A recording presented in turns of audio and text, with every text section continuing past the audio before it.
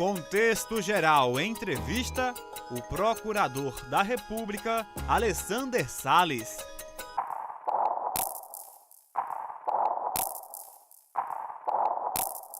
Sou procurador da República já há 20 anos, fui promotor de justiça e integro os quadros do Ministério Público aqui no estado do Ceará, já tendo exercido várias funções, como a função de procurador-chefe da Procuradoria da República aqui no estado do Ceará, procurador regional eleitoral e procurador regional dos direitos do cidadão.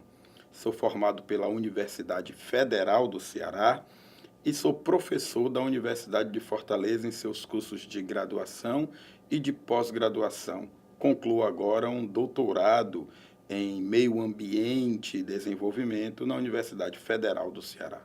Natural de Fortaleza, aqui nasci, aqui me desenvolvi e aqui crio a minha família. Sou casado já há mais de 20 anos, tenho 3 filhos, 2 homens e uma moça de 9 anos de idade.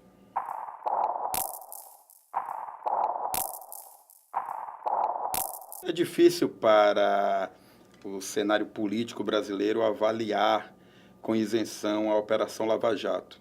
Primeiro porque a Operação Lava Jato inaugurou uma forma nova de investigar.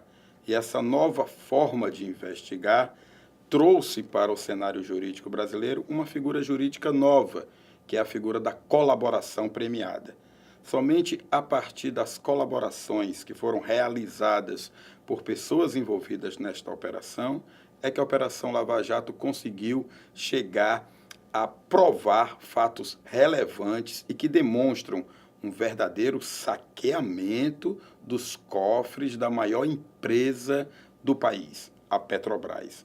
Portanto, é difícil entender ainda juridicamente esses novos fenômenos de investigação.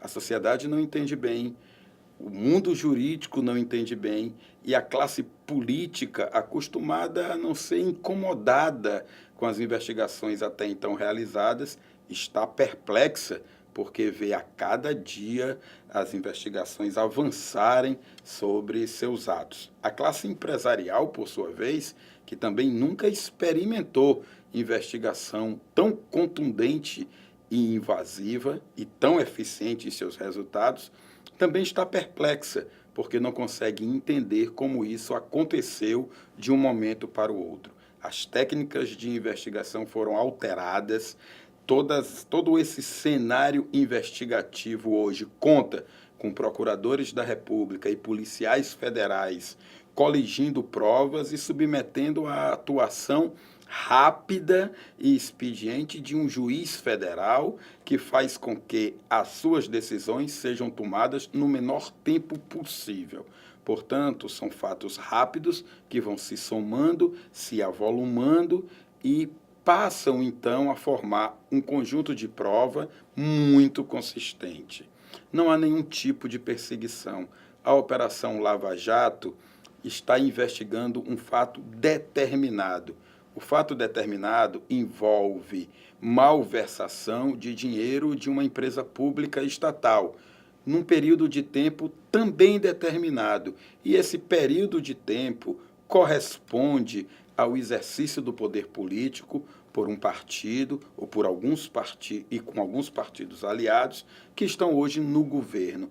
Daí porque se diz que a Operação Lava Jato é muito direcionada contra o governo atual, mas ela não poderia ser de outra maneira. Ela investiga fatos determinados, malversação de dinheiro de uma empresa estatal federal, portanto, onde este governo tem a responsabilidade de ser um acionista majoritário e num determinado espaço de tempo. Portanto, nesse espaço de tempo, este governo, sim, foi responsável e ainda é responsável pela gestão desta empresa. Portanto, é muito natural que pessoas relacionadas a este governo, tanto no âmbito político como empresarial, estejam aí hoje sob investigação mais incisiva nesta operação.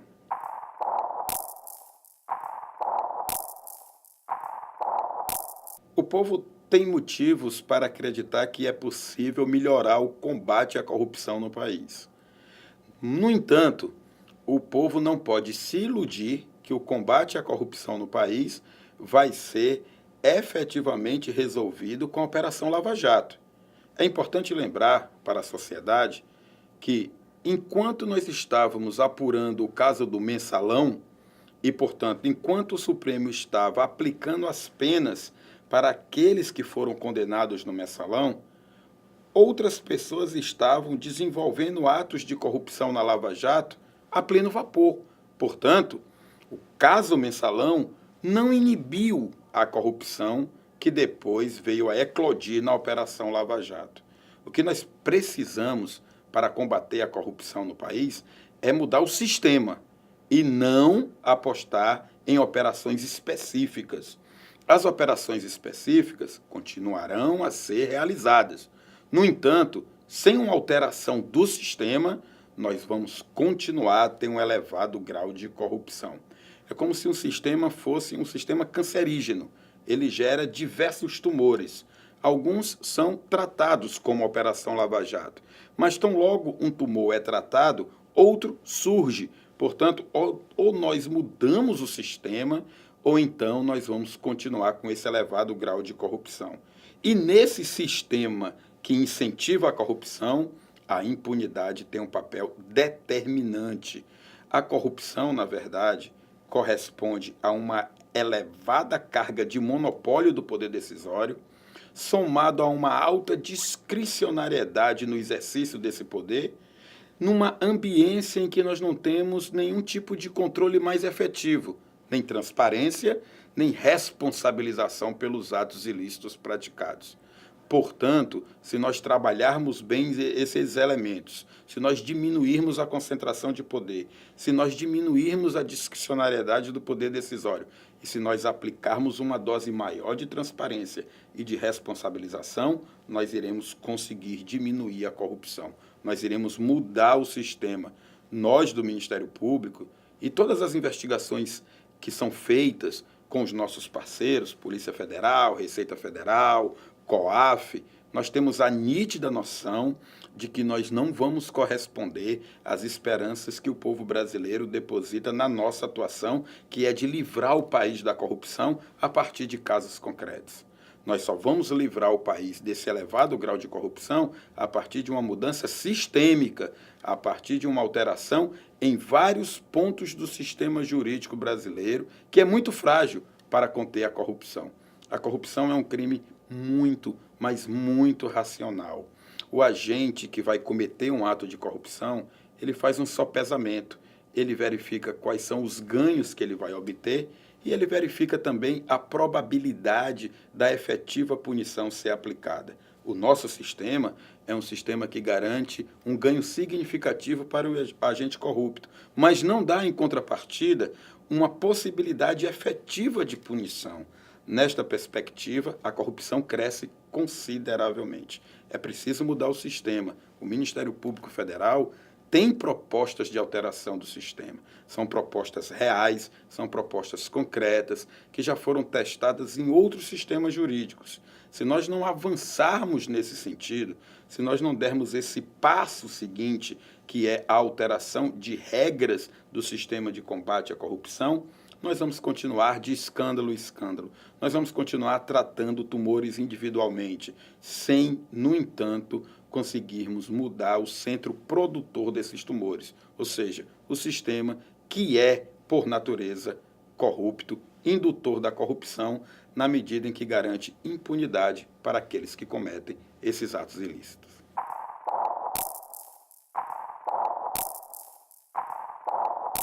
Nós do Ministério Público Federal, durante mais de um ano, trabalhamos investigando as falhas da legislação brasileira no que diz respeito ao combate à corrupção. Depois de detectarmos as falhas mais graves, nós fomos estudar, então, o que os outros países fazem para não ter estes problemas em suas legislações. E aí nós conseguimos condensar todo esse estudo em 10 medidas que estamos apresentando ao Congresso Nacional de alteração da legislação para que nós possamos ter aí um sistema jurídico adequado de combate a esses atos ilícitos. O sistema jurídico que nós temos é muito atrasado, é muito permissivo, é muito frágil para combater a corrupção. Existem países bem menos desenvolvidos do que o Brasil, em termos econômicos e sociais, que combatem com muito mais eficiência a corrupção, porque têm instrumentos mais fortes de combate.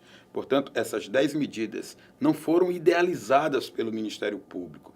Elas já foram testadas e muitas delas são, inclusive, até copiadas de outros países, de outros sistemas jurídicos, onde foram testadas e demonstraram a sua eficiência.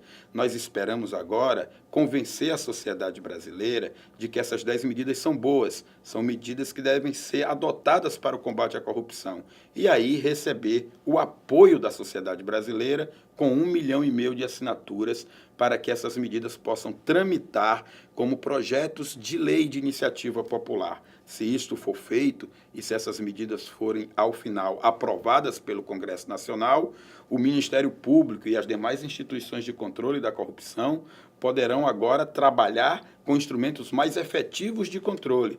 E esses instrumentos mais efetivos de controle, eles são de natureza preventiva e repressiva. E eles têm o poder de, em pouco tempo, mudar esse sistema que beneficia os atos de corrupção. Portanto, essa é a grande mudança sistêmica que deve ser feita pela sociedade.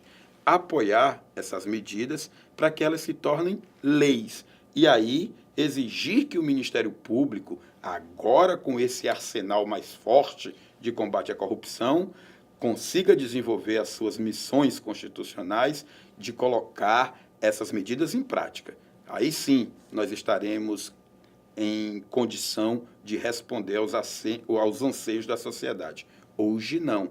Hoje a sociedade espera de nós aquilo que nós não podemos dar, ou seja, o nosso combate à corrupção, ele está na sua carga máxima, mas mesmo na sua carga máxima, por falta de instrumentos mais incisivos, ele ainda é muito frágil no Brasil. Nós estamos sugerindo medidas preventivas e repressivas.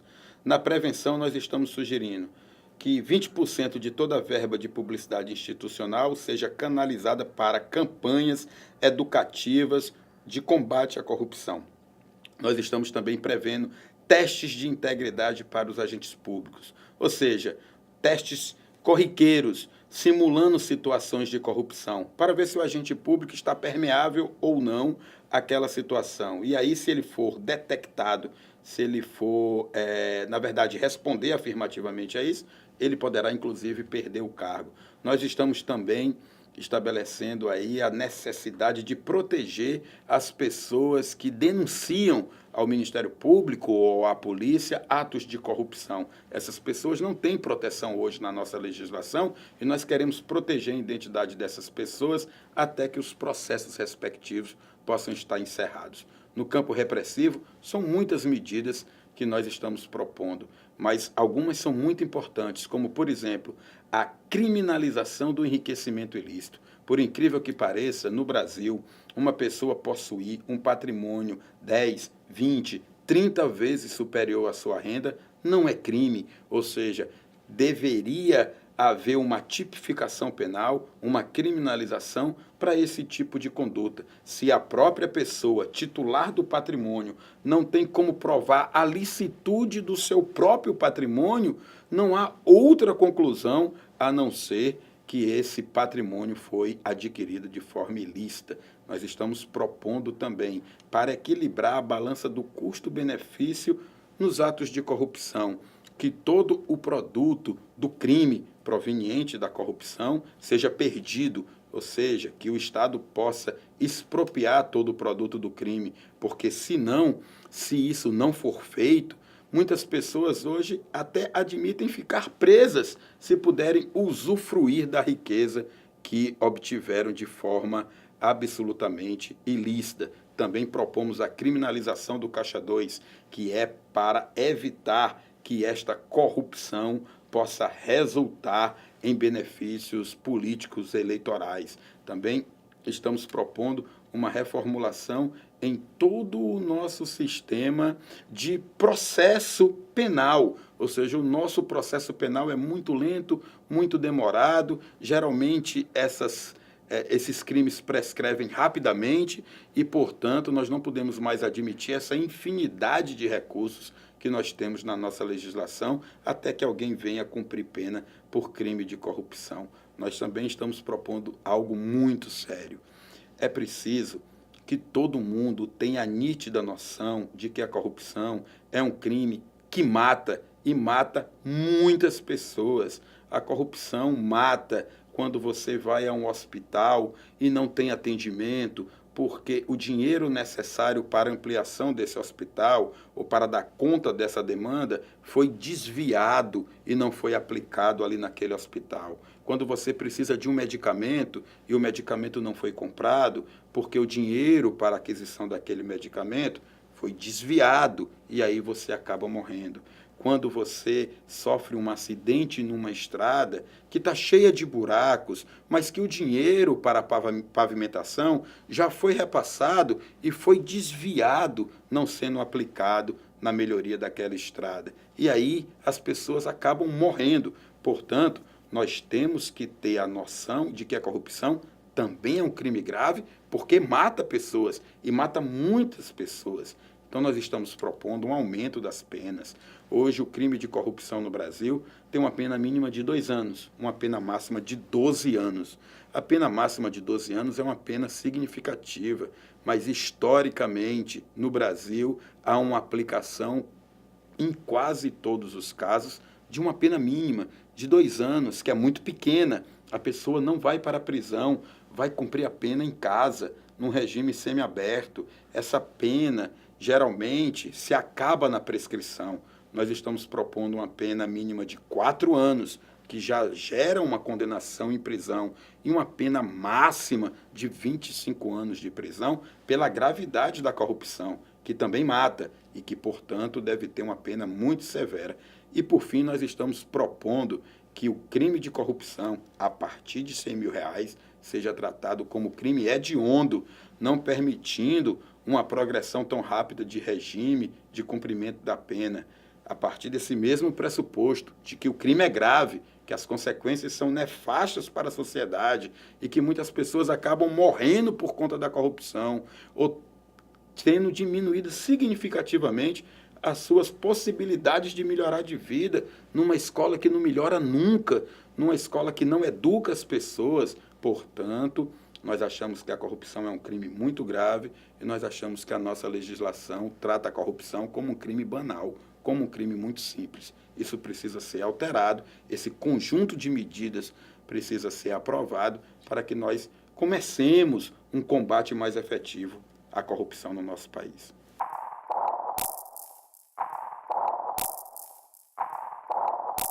No meu entendimento, o TCU cumpriu a sua missão constitucional. Como órgão auxiliar do Poder Legislativo e como órgão técnico, analisou a questão tecnicamente e demonstrou, sob nenhuma suspeita e acima de qualquer dúvida, de que houve a utilização indevida de mecanismos para burlar a legislação de responsabilidade fiscal do país. Portanto, é fato provado e incontestável que essas pedaladas efetivamente ocorreram e que elas violam a legislação. Elas, na verdade, materializam um comportamento que a legislação não permite e que não quer. A legislação não quer que isso aconteça porque é um expediente de irresponsabilidade fiscal. Nós devemos nos livrar desse tipo de expediente, onde o poder político pode se apropriar da situação financeira do país para se beneficiar, tendo em vista as suas finalidades exclusivamente político-partidárias. Portanto, a atuação do TCU, no caso, é digna dos mais elevados elogios da sociedade brasileira. Agora, cumpre ao Congresso Nacional dar seguimento a esse trabalho técnico e reprovar as contas que contêm esse vício, que é um vício grave de gestão financeira da administração pública federal. O que a sociedade brasileira espera é que o aspecto político não possa prevalecer neste caso e não possa dar uma mensagem para a sociedade brasileira de que Repetir o erro sistematicamente transforma um comportamento em algo certo. De forma nenhuma, nós não temos mais condição de passar essa mensagem, menos ainda sob o ponto de vista institucional. Um erro, mesmo que reiterado, mesmo que cometido diversas vezes, continua sendo erro e assim deve ser tratado. Deve ser reprovado e deve receber a sanção que o sistema jurídico lhe reserva. E, neste caso, a sanção que o sistema jurídico reserva para as contas públicas que contêm esse tipo de vício é a sua absoluta rejeição.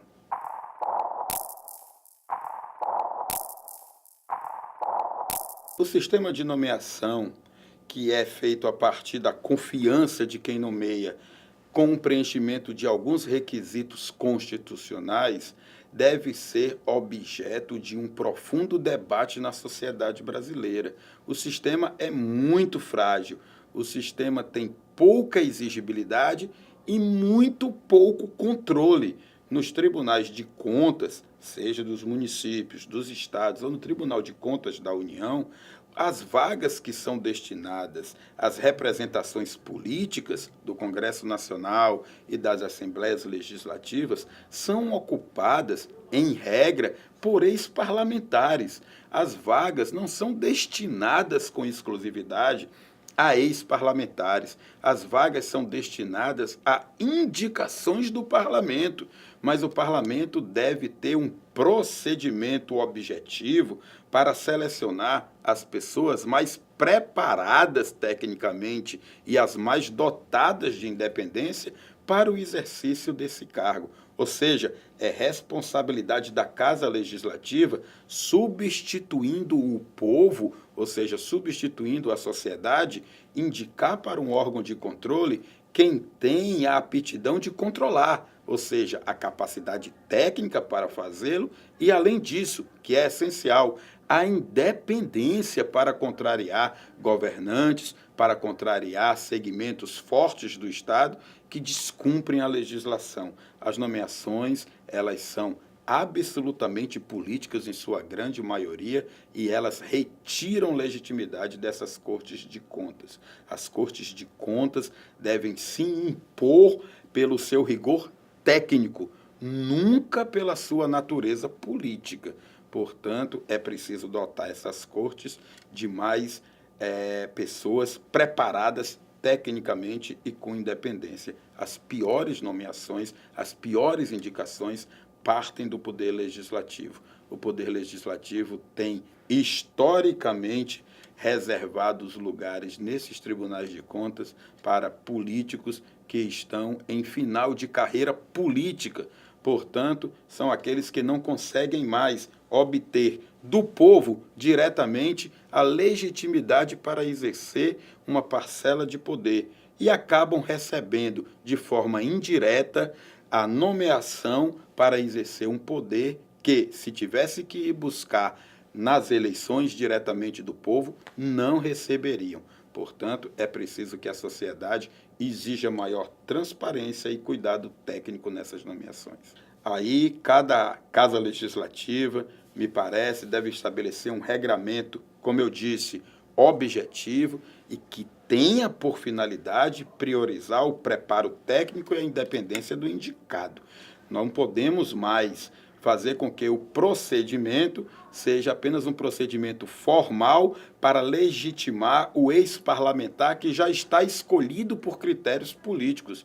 Nós tivemos aqui no nosso estado algumas nomeações em que já se sabia antecipadamente quem seria o nomeado. E todo o procedimento foi feito apenas para formalizar esta escolha política que foi engendrada a partir de conjunções políticas eleitorais momentâneas. Nós não podemos mais permitir esse tipo de atuação. Deve haver um procedimento seletivo capaz de retirar aqueles que não têm aptidão para a função e premiar aqueles que estão tecnicamente preparados para exercer o cargo com absoluta independência.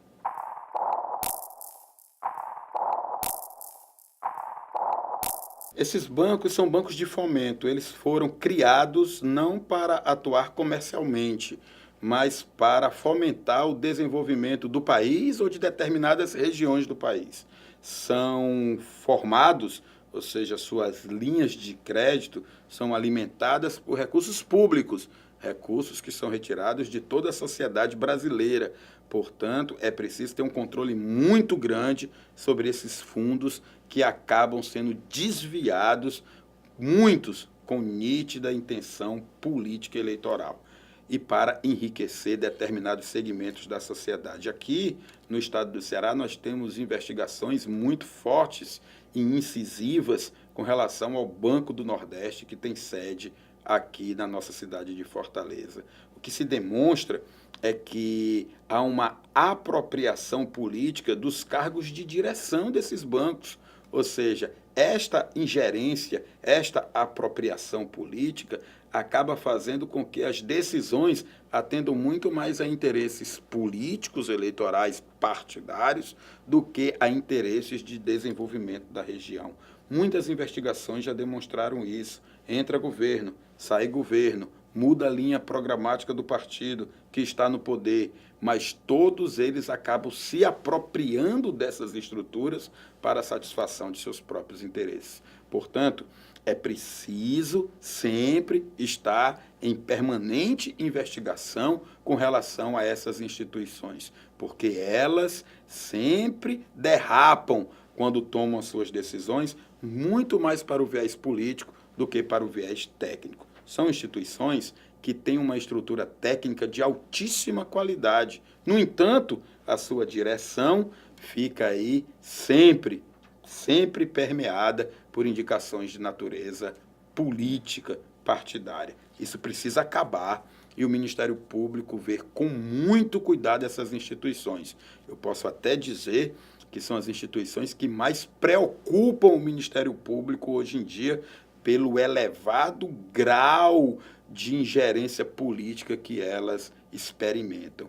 No entanto, isso faz com que Polícia Federal, Ministério Público Federal, Controladoria Geral da União tenham essas instituições como prioritárias no seu âmbito de atuação. Fiscalizações intensas, análise sistemática de seus balanços, aferição da economicidade e da eficiência de seus empréstimos e a forma como essas instituições estão cobrando o dinheiro que emprestam e que muitas vezes não é aplicado na finalidade.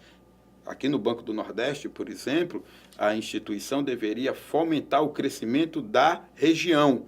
E uma forma de fomentar este crescimento é também apoiar o pequeno agricultor, aquele pequeno empresário, aquelas pessoas que são honestas e que querem desenvolver a região a partir do seu trabalho. No entanto, essas pessoas acabam ficando sem o dinheiro necessário, porque o dinheiro acaba sendo desviado para grandes empreendimentos e esses grandes empreendimentos muitas vezes não são nem realizados e acabam aí se perdendo no tempo. Nós do Ministério Público Federal não temos mais nenhuma ilusão de que essas instituições possam normalmente desenvolver a sua atividade sem uma fiscalização rígida, sem uma fiscalização contundente, sem que a todo momento essas instituições de controle estejam olhando para essas instituições. O controle dessas instituições, o seu controle interno, tem melhorado com o tempo, tem melhorado sistematicamente e tem melhorado consideravelmente. No entanto, ainda não se mostram suficientes os instrumentos de controle interno para combater determinados desvios políticos que acontecem nessas instituições. Os fatos são graves, gravíssimos. Nós tivemos agora recentemente distensões seríssimas no banco, onde houve rompimento de diretoria e com acusações de lado a lado de uma briga política pelo poder de direção do banco. Isso não pode acontecer, é preciso que o acionista majoritário, que é a União, retome as rédeas desse negócio e possa, portanto, fazer com que essas instituições cumpram as suas missões constitucionais, que é de desenvolvimento do país e das regiões. Elas não foram feitas para uma utilização política, para enriquecer partidos ou grupos econômicos específicos.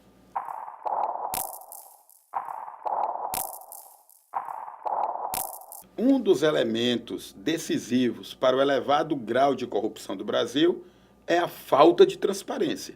Nós temos um déficit absoluto, considerável em termos de transparência no serviço público. A nossa legislação de transparência, ela é muito boa. No entanto, ela é minimamente efetivada. O Ministério Público Federal fez um levantamento agora, e esse levantamento vai ser divulgado no início do mês de dezembro. Nós avaliamos os portais de transparência de todos os municípios brasileiros. Desenvolvemos um programa de avaliação, e esse programa de avaliação atribui uma nota a cada um desses portais de transparência em todos os municípios do Brasil.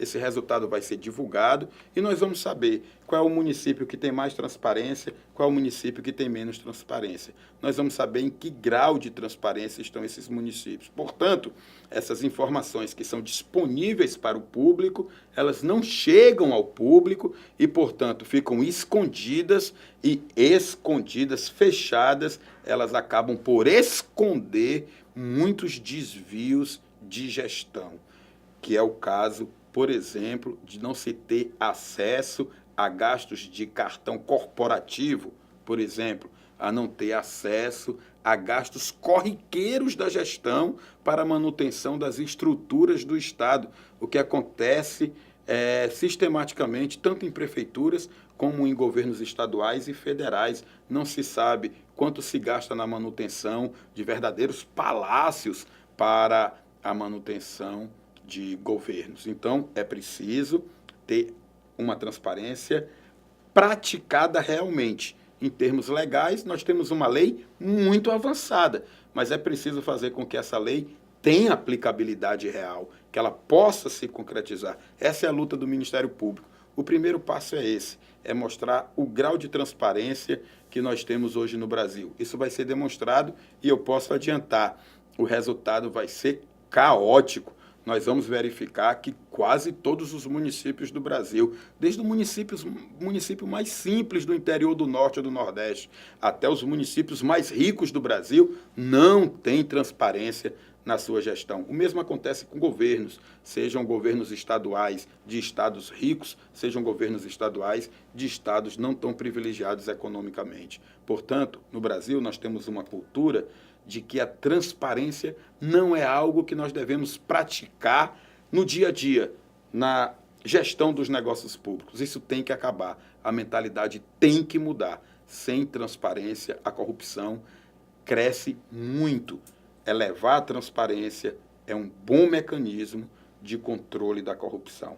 As leis estaduais ou leis federais que estabelecem tempo considerável de sigilo para informações que não guardam nenhuma relação com absolutamente nada em termos de segurança, em termos de informações sigilosas do serviço público, na verdade só retiram transparência e abrem um caminho para a corrupção nessas áreas. Não vejo por que um grau tão elevado de sigilo para informação corriqueira, como, por exemplo, gastos de um cartão corporativo de um governante.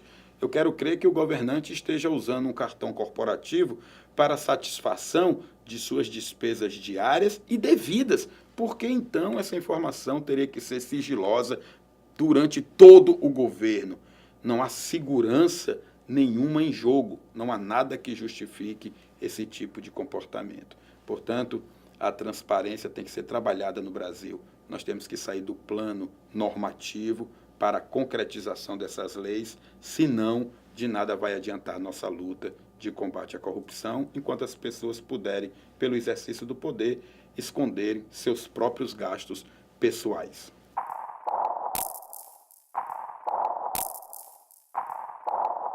O Ministério Público Federal considera que o Aquário Ceará é uma obra paralisada, é uma obra sem andamento.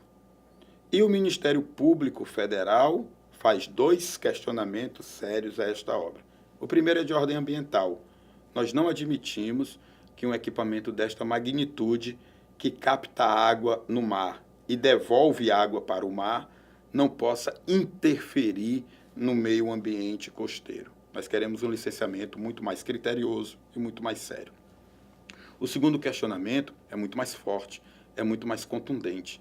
Para o Ministério Público Federal, todo o procedimento administrativo desenvolvido e que resultou na escolha de uma empresa americana para a construção desse aquário, todo este procedimento está eivado de vícios insanáveis.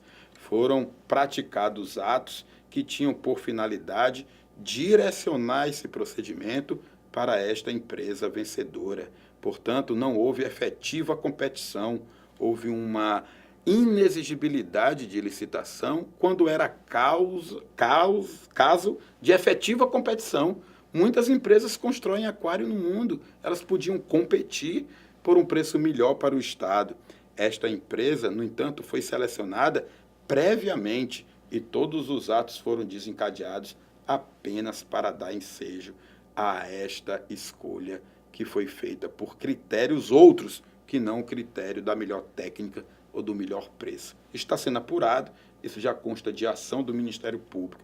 O Ministério Público também quer saber os pagamentos que foram realizados, porque há informações de que pagamentos foram realizados no exterior, ou seja, em instituições financeiras fora do Estado do Ceará, fora do país. Portanto, é competência do Ministério Público Federal verificar a consistência, a legalidade desses pagamentos, para ver se nenhum crime contra o sistema financeiro, se não houve evasão de divisas, se nada disso foi praticado. Isso também nós estamos aí fazendo uma investigação mais contundente. Agora, é preciso dizer que o Ministério Público não atua questionando a escolha de conveniência e oportunidade do governante. Se o governo do Estado do Ceará, desde a gestão passada e nesta gestão, considera este equipamento um equipamento importante para o desenvolvimento do turismo do Ceará, o Ministério Público não adentra nessa escolha. O Ministério Público, no entanto, quer que esta escolha seja materializada de acordo com a legislação vigente. Portanto, uma escolha política no exercício da conveniência própria do Poder Executivo não pode se concretizar com violação da legislação para o Ministério Público Federal, para o Tribunal de Contas do Estado do Ceará, que também, pela sua área técnica, apontou as mesmas irregularidades, para o Ministério Público do Estado do Ceará, que já ajuizou, inclusive, ações de improbidade administrativa por essa contratação. Esta contratação está eivada de nulidades insanáveis. A solução para a continuidade desse equipamento, se esta for a decisão do governo do Estado, é refazer todo o procedimento. O procedimento no estado em que ele está não pode ser levado adiante, pagamento nenhum pode ser feito, porque, na verdade, as ilegalidades são todas insanáveis e, portanto, não podem dar sustentação jurídica para pagamentos e para a realização das obras. É preciso, portanto, que se redimensione todo esse aspecto, sob pena do litígio permanecer e das investigações continuarem questionando um equipamento que pode até ser importante para o Estado, mas que não pode ser realizado dentro de uma atmosfera de absoluta ilegalidade.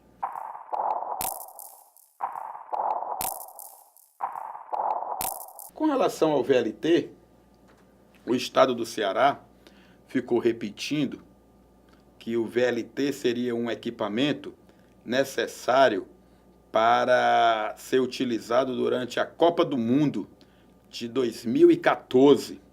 O equipamento até hoje não ficou pronto. Até hoje o equipamento inexiste. As obras não avançam. A empresa que foi contratada já teve contra si manejado uma rescisão contratual por parte do Estado. A atitude essa que é contestada na Justiça.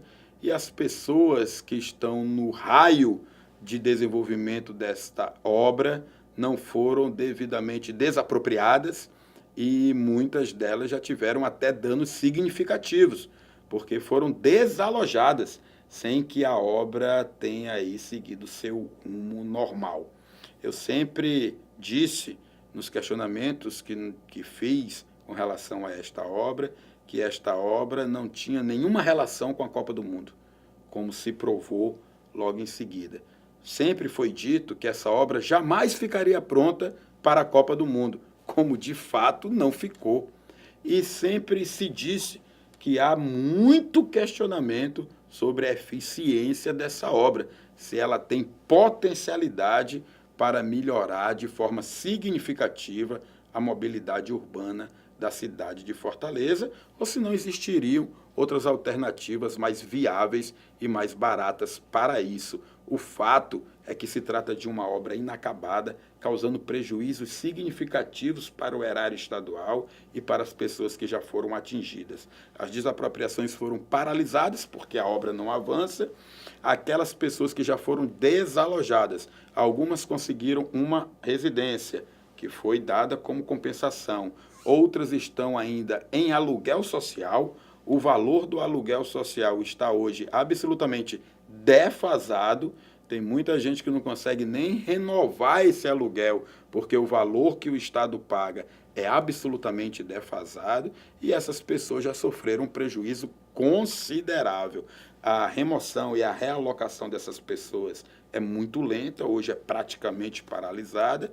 O Estado, portanto, deixou a situação absolutamente inacabada. Ou seja, um governo passado entregou ao governo atual uma obra em estágio inicial de execução e, portanto, inacabada. E a obra não tem avançado. Só prejuízo, só descaso, retirada de pessoas, pessoas que sofreram, foram retiradas da sua comunidade sem que a sociedade tenha experimentado qualquer melhoria na sua mobilidade urbana. Eu lamento e até acho que isto tudo vai ter que ser repensado, ou seja, se esse projeto realmente vai ter que chegar ao fim. Nós estamos agora num estágio de aferição das responsabilidades pela demora, pelo atraso e pelos prejuízos causados. Alguém vai ter que se responsabilizar por tudo isso. Nós estamos avaliando a quem imputar essas responsabilidades.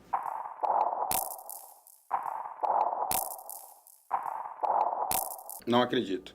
Eu não acredito que o parlamento brasileiro hoje tenha condição de fazer uma reforma política que atenda aos anseios da democracia brasileira. O Supremo Tribunal Federal, em decisões, faz muito mais reforma política do que o parlamento.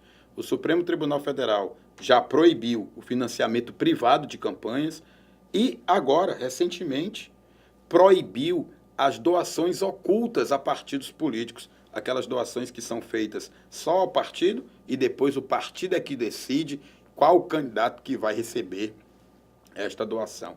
O Supremo deixa muito claro, em termos de eleições, o segredo deve ser unicamente do voto.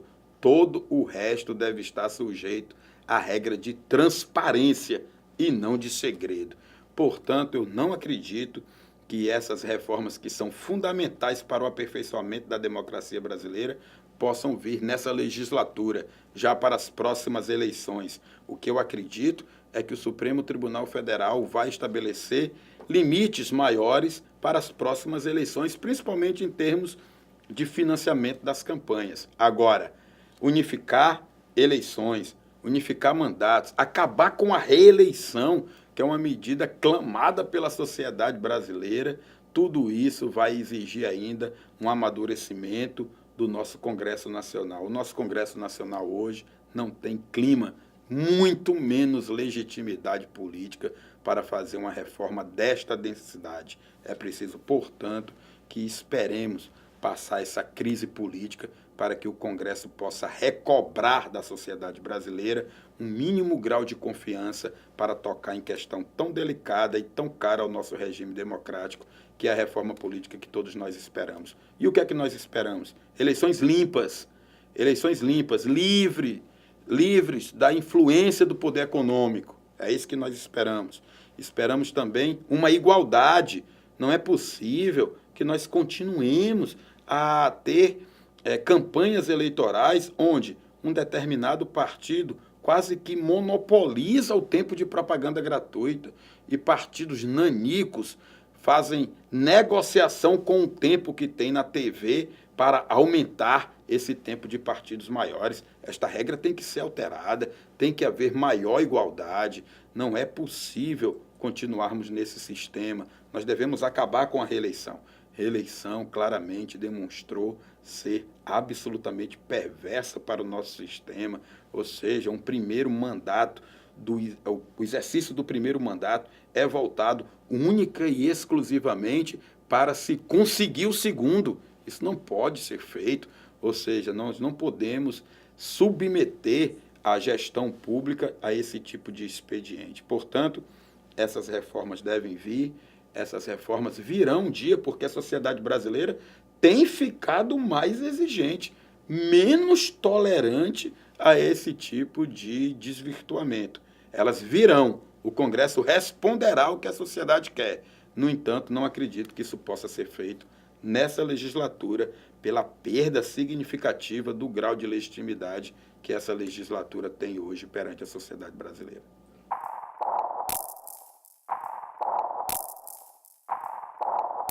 Não é possível. Ou seja, os conchavos políticos, as alianças políticas que são feitas, elas, na verdade, aprisionam a gestão. Não é possível você ter uma gestão livre, voltada para a satisfação dos interesses coletivos, quando você está preso por uma série de compromissos partidários eleitorais que acabam lhe puxando para o caminho inverso. Portanto, o que é que nós temos hoje? Muitos partidos nanicos, verdadeiras siglas de aluguel, que só tem uma moeda política no seu bolso. É o tempo da propaganda eleitoral gratuita. E com esta moeda conseguem negociar várias nomeações, vários cargos, várias posições nos governos. Nós devemos acabar com esse sistema. Não é possível que uma agremiação partidária não faça absolutamente nada durante toda a sua existência e que só apareça em períodos eleitorais para negociar o tempo que tem no rádio e na TV durante a propaganda eleitoral gratuita e que possa daí auferir vantagens políticas para a composição de governos que são eleitos. Nós temos alianças que são absolutamente impensáveis. Alianças eleitorais numa campanha política com 10, 15, até 20 partidos coligados. Isso é absolutamente impensável. Ou seja, partidos com linhas programáticas absolutamente divergentes, irmanados na busca única e exclusivamente do poder político.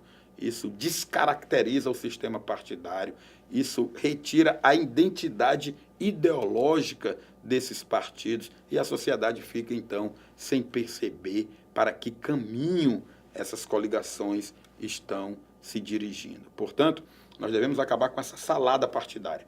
Na verdade, como diz o ditado popular, tudo demais é veneno. Então, não é sinal de uma democracia saudável a existência de tantos partidos destituídos de uma identidade ideológica, de uma identidade política.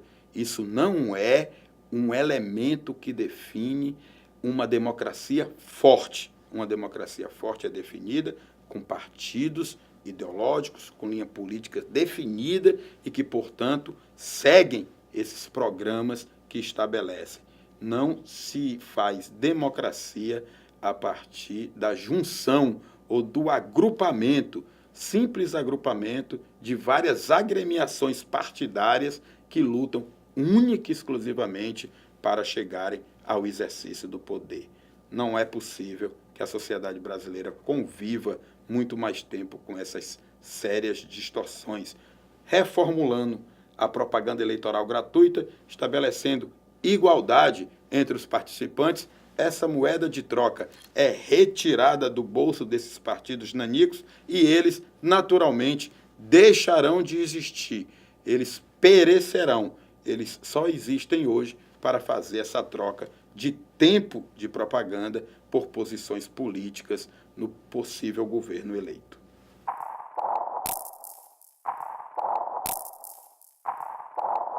Eu acho que sim. O que acontece é que as movimentações de 2013, elas mostraram muita indignação, mas essa indignação não foi canalizada para algo útil, concreto. Ou seja, a sociedade brasileira despertou e aí a sociedade passou a exigir medidas que pudessem resultar num aperfeiçoamento do nosso sistema político, econômico, social e até jurídico.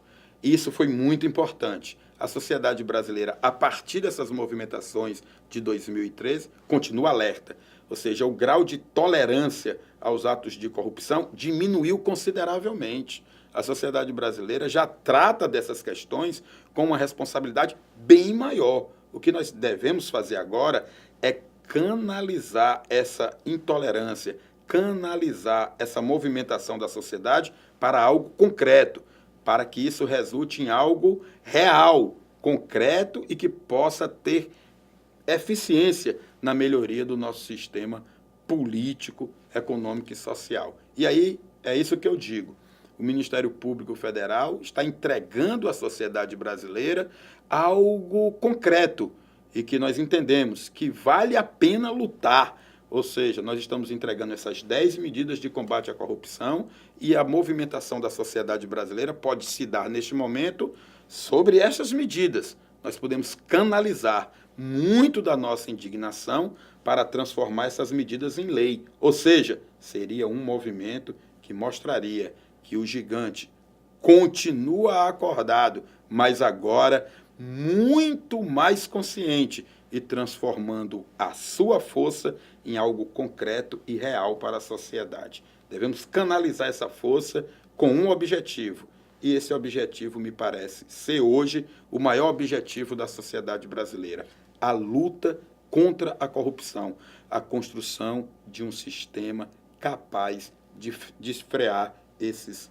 desvios de recursos públicos. É isso que nós esperamos e acreditamos que a sociedade brasileira está pronta para se movimentar em torno de uma grande causa.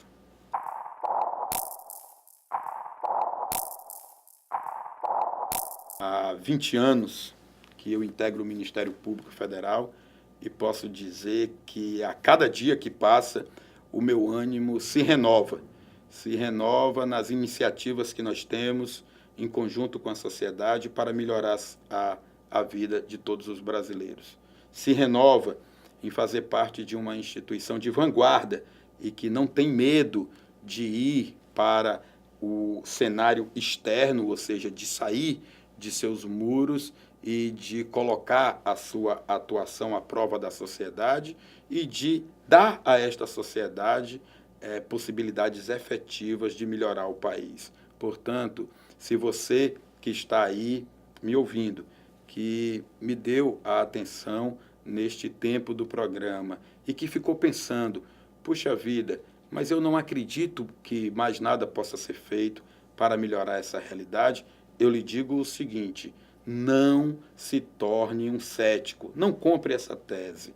É possível, sim, transformar essa realidade. Procure algo que você acha que pode melhorar a sociedade brasileira. Se engaje, participe, você vai ver que a transformação é significativa. Se você não tiver uma outra bandeira nesse momento para levantar, levante essa bandeira das 10 medidas contra a corrupção do Ministério Público Federal. Nos ajude, transforme a sociedade, colete as assinaturas, participe efetivamente. Você vai ver que o resultado que você vai conseguir é muito efetivo e vai transformar a sociedade brasileira. Eu agradeço a todos que me ouviram e digo que a nossa luta diária, do dia a dia, ela é permanente e nunca vai cessar até que nós tenhamos uma sociedade melhor, mais justa, mais igual e muito menos corrupta. Obrigado.